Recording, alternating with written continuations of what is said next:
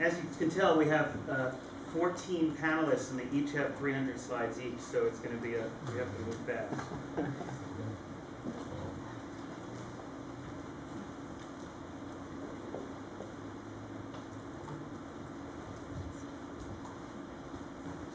All right. So a lot happened today.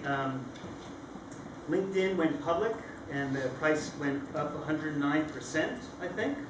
Made Reid Hoffman a 1.7 billionaire today, something like that. Let's see what else happened.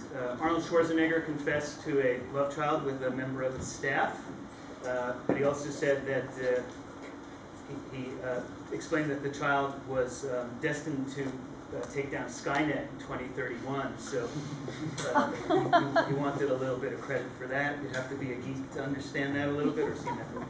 Never mind.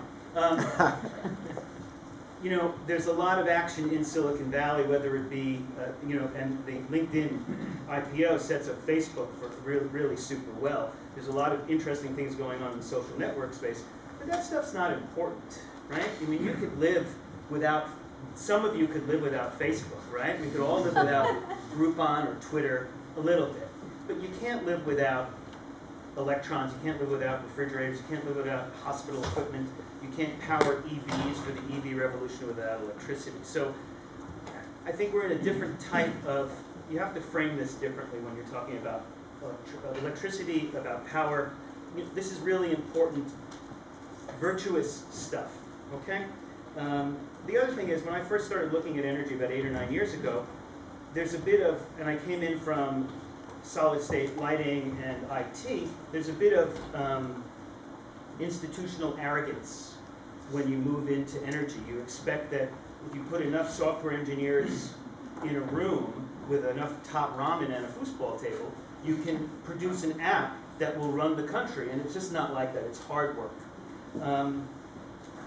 And there's a bit of institutional arrogance from utilities and from PUCs who don't want anything that challenges the incumbent technology. So I think that's something to keep in mind, although this is not going to be a utility bashing episode, as I've been warned.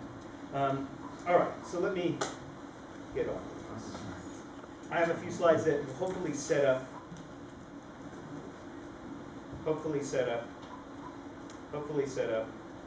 there, greentechmedia.com. Go there if you want to read about Greentech issues, and let's talk about energy storage. One of the speakers tonight is from EPRI, and this slide is stolen. Oh, this slide is stolen from EPRI. The electricity. The red is what is coal use for electricity. Yeah. Thank you. I told you the AV part of the program was not my skill. 50% of electricity in the U.S., the red part of that pie comes from coal. The yellow is 21% comes from nuclear, and the tiny little green slice is what comes from non-hydro renewables. EPRI predicts that non-hydro renewables is going to be 9% in 2030, and coal is going to be 52% by 2030, 13% of which is going to be clean coal with carbon sequestration with a technology yet undiscovered, and nuclear is going to be 29% of the picture with a financing yet undiscovered. But if we're going to meet renewable portfolio standards of 20 or 50 or 30 or 40%, and that green bar is going to have to be a lot bigger. So I have already cautioned all 14 of the panelists that they cannot use the following words when they're talking about energy storage. They can't use the term holy grail, game changer, or linchpin. And if they do, they have to take a shot of Don Julio tequila. Make sure to stop at a liquor store before I got here. So you can't use these terms because there is no holy grail of energy storage. I think that would be, I have to take a shot now that I said it. This is what causes a problem, and it's by law that you have to show this slide if you're doing a slide on energy storage. You have to show intermittent solar. And this is obviously cloud cover or thermal issues, and aside from the intermittent aspect of it, this ramp down and ramp up is enough to give any independent systems operator or utility a heart attack. And the same thing applies to wind, it's very unpredictable. And again, I warned all of the panelists that they were not allowed to show these slides, so I got this out of the way. So, question, this is the audience participation. What are the most prevalent storage technologies, energy storage? There are two. There are two. Firstly, you can pump water uphill. That's right. Secondly, you can take a gas and you can compress it in the chamber. There you go. So pumped hydro and CAS, which are technologies. Pumped hydro is 120. There's 120,000 megawatts of pumped hydro worldwide, and there's just a few hundred megawatts of CAS and some other electrochemicals. But the two primary ones, pumped hydro and CAS, pumping or pumping water up the hill or storing gas in a salt cavern, are technologies that were available to the Flintstones. And here we are in Silicon Valley. You should be able to find some electrochemical technologies a little bit better than that. Obviously, you can't do pumped hydro everywhere. It's geographically limited. You have to have a reservoir under and a reservoir over. Although there is a company called Isotropic Energy who says that they can get 30 gigawatts of equivalent capacity using heated gravel and some type of thermal change, but it requires you to know a couple of thermal cycles that I'm not going to talk about. That's supposed to make me look silly. There's another take on pumped hydro storage. A company wants to drill an enormous hole in the ground, fill it with water, and raise and lower an enormous weight. Obviously, this is an artist rendering. And in fact, the major employment opportunities in energy storage are in artists' renderings. So, that applies to algae farming and several other renewable sectors. So this is the growth employment opportunity.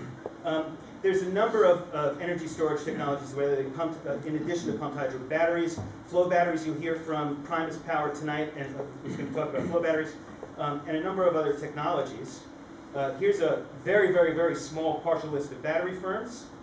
This is a sodium sulfur battery. I think I might have that price very wrong, and John Eric, you can correct me on that. The other panelists are probably going to talk about this later, but different technologies are suitable for different types of energy storage applications, and there are a number of different energy storage applications. There's a gentleman, Ed Cazalet. He's of Megawatt Storage Farms, and he proposes that California is going to need 4 gigawatts of energy storage to meet the 33% renewable portfolio standards. My red light is flashing.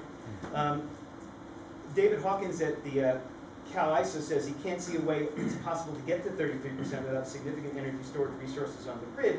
But on the other hand, Jim Detmers also, in an interview I had with him recently, he's also formerly with the CAISO, said that people are developing and funding startups in a vacuum, and some of the technology does not have the functionality that a customer or the utility or the power system actually need. So I think there's a big of an impedance mismatch between entrepreneurs and utilities, and hopefully we can figure out a way to work that out. I wanted to give you a list of profitable utility-scale energy storage companies.